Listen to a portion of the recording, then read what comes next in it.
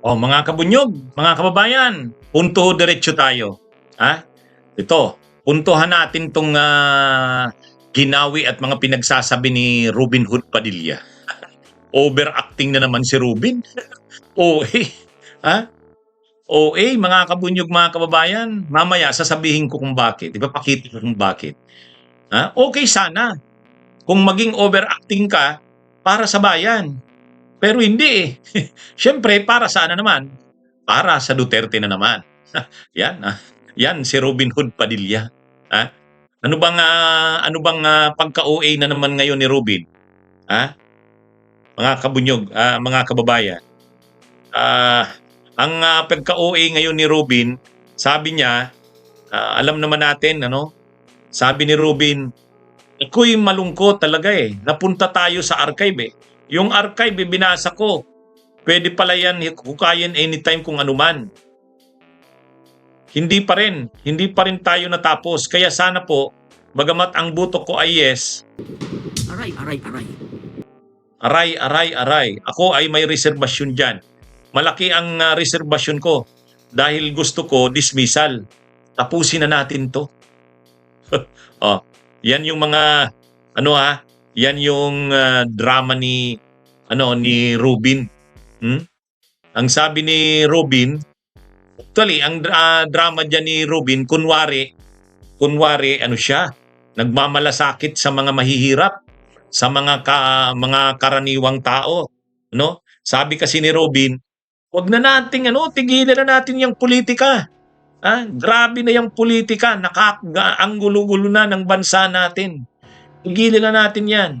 Tama na yung politika, itigil na natin yung impeachment na yan. Kaya dapat talaga dismissal na. Oh, yan ang dahil daw mas kailangan ng pagtuunan ng pansin yung mga kumbaga maiinit na mas mga matitingkad na problema ng mamamayan. Yung kahirapan daw. Marami na raw nagugutom. O yun, mga drama na naman si Robin. Kunwari, concern sa mahihirap. Ang pinag-uusapan niya dito sa impeachment, hindi niya ba nakikita? Ang pinag-uusapan dito, pera ng bayan, na winaldas ng pinagtatanggol nila na si Sara Duterte. Hindi maipagkukonek ni Robin yun. Hindi maipagkukonek ni Robin. Hindi kaya. Hindi kaya ng powers niya. Ang akala niya walang koneksyon.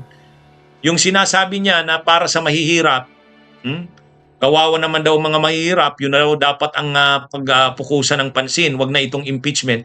Hindi niya nakikita na ang dahilan ng kahirapan ng mamamayan, isa sa dahilan ng kahirapan ng ng taong bayan ay ang korupsyon ng mga politiko tulad ng pinagtatanggol niyang si Sara Duterte. Hindi niya makita yun. Concerned, hindi umano siya, kunwari, concerned siya sa mahihirap.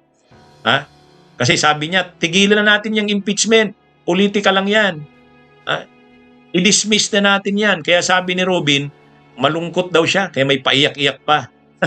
may paiyak-iyak talaga. Madrama. May paiyak-iyak na sabi niya na malungkot daw siya kasi kailangan daw dismissal na. Bakit daw archive pa? Yung archive daw na yan, nalaman niya, pwede pa palang ibalik yan. Kaya sabi ni Robin, malungkot siya kasi kailangan daw itigil na yung impeachment.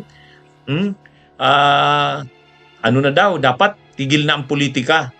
Isipin na yung ating mga kababayan na nahihirapan ng buhay. Oo nga, pero bakit nahihirapan? Dahil sa katiwalian, Robin Padilla. Dahil sa katiwalian.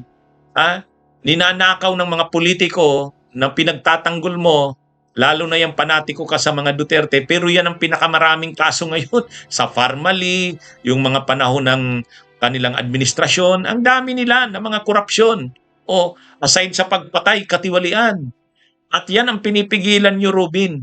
Yung impeachment, pagpapanagot yan kay Sara Duterte sa mga maraming ebidensya ng mga katiwalian na nagawa niya.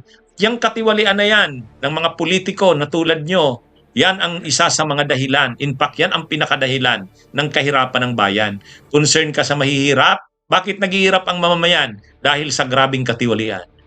At ang pinag-uusapan dito sa impeachment, pagpapanagot sa mga ng mga tiwaling opisyal na tulad ni Sara. Tapos pinagtatanggol mo, tapos hindi mo na pagkukonek.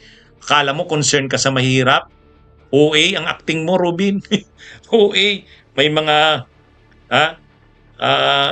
may mga paiyak-iyak ka pa, may mga padrama-drama pa, drama ka pa. Ang totoo niyan, sa bagay sinabi mo naman 'yan na anumang gawin sa iyo, sunugin ka man, pag nasunog ka, mangangamoy ka, Duterte pa rin. O yun. And yet, sasabihin mo, panahon na para matulungan ang mga mahirap nating kababayan. Ito yun. Ang issue dito sa impeachment na ito, pananagutan. Ang daming issue kay Sara ng katiwalian. Dito siya pinapanagot. Tapos gusto nyong i-dismiss ito? Gusto nyong i-dismiss?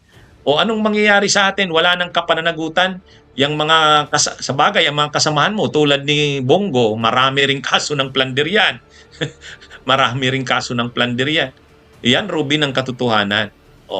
Kaya lang, ka na panatiko ka na. Panatiko ka na. Kaya lang, yun na nga, may mga drama-drama ka pa, OA, overacting. Okay sana kung yung OA mo, para man lang sa bayan, hindi para sa mga Duterte. Para sa mga Duterte. At nakakahiya yung yung mga drama mo na yan. Kala mo naman concern ka sa mamamayan, hindi. Concern ka sa mga amo mong pinagtatanggol, sila Digong at sila Sara, na ngayon ay kumakaharap ng napakaraming kaso ng katiwalian na hipilit yung hinaharangan. Kaya nga gusto nyong madismiss ang impeachment laban sa kanya. Yan, Rubin, ang katotohanan. Huwag ka nang mag-uwi, may mga paiyak-iyak ka pa. Bunyog, bunyog, halikan na kasama ka. Bunyog, kapag buklod ay may pag-asa. Luzon, Visayas, Mindanao, isa ang pananaw. Sa bagong Pilipinas ang bunyog isisigaw.